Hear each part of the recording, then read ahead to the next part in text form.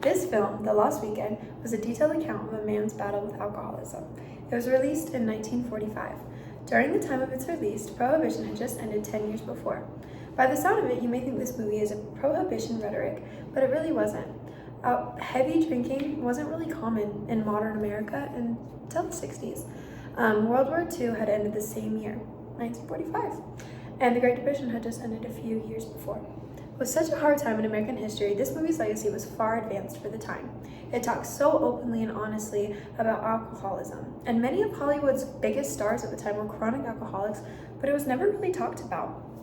In the ending of the film, the main character, Don, was in rehab and escaped. He tries killing himself because Don just couldn't separate the fact that he was a writer and a drunk.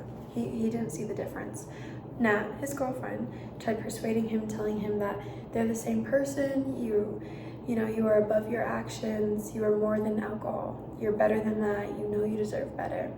And a story so heartbreaking, a story so focused on self-preservation, a story so focused on substance abuse and its effects was not something of the time. This movie, it was insane that this movie came out.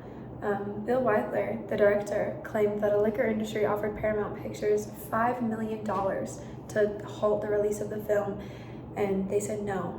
But Billy did say that if it was offered to him personally, he would have taken it. In 2011, it was selected for preservation in the United States National Film Registry by the Library of Congress as being culturally, historically, or aesthetically significant. This was the first film of its kind to speak on the bad effects of alcohol. This was the start of an acknowledgement of a wide spectrum of substance abuse. Being such an old film while having such relevant topics today shows how impactful this film was in being the first of many. This film won 4 Oscars.